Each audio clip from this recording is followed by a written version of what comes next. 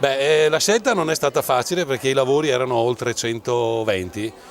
La scelta del poster che poi ha vinto era veramente l'emblema del futuro, cioè una vela che va controvento, però verso il faro che illumina la meta, e le luci del faro sono rappresentate dalla bandiera, dai colori della bandiera della pace. Ogni anno il Lions Club di San Donà di Piave organizza il concorso dal titolo Un poster per la pace presso le scuole medie cittadine.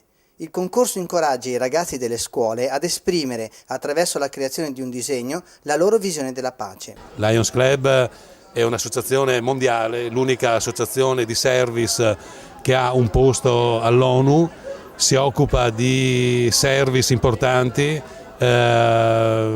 ha centinaia di migliaia di associati in tutto il mondo, si parla di 43.000 club. Il tema di concorso di quest'anno ha raccolto l'adesione di 120 elaborati con ragazzi di 11, 12 e 13 anni. Il concorso artistico per bambini è orientato alla promozione della pace e alla comprensione delle dinamiche e culture internazionali, in modo da favorire nei giovanissimi una migliore attenzione e sensibilità alle problematiche della pace e una più ampia visione del mondo. I partecipanti, seguiti dalle loro insegnanti, hanno potuto esprimersi liberamente, utilizzando tecniche differenti ed esprimendo in questo modo le esperienze di vita e la loro personale visione nei confronti di una tematica così importante e così presente ai giorni nostri.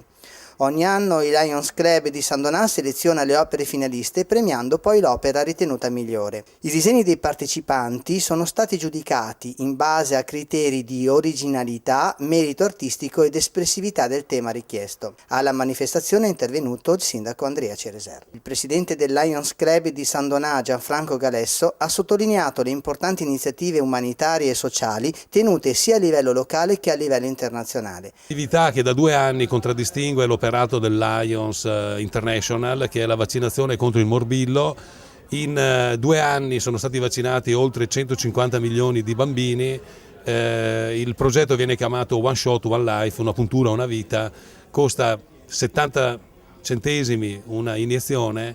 L'anno scorso sono stati salvati, in 2 anni sono stati salvati 150 milioni di bambini. Credo che tutti dobbiamo mettersi una mano sul cuore e aiutare chi è più sfortunato di noi. Buon Natale e un sereno 2014 a tutti gli ascoltatori e gli spettatori. Grazie, arrivederci.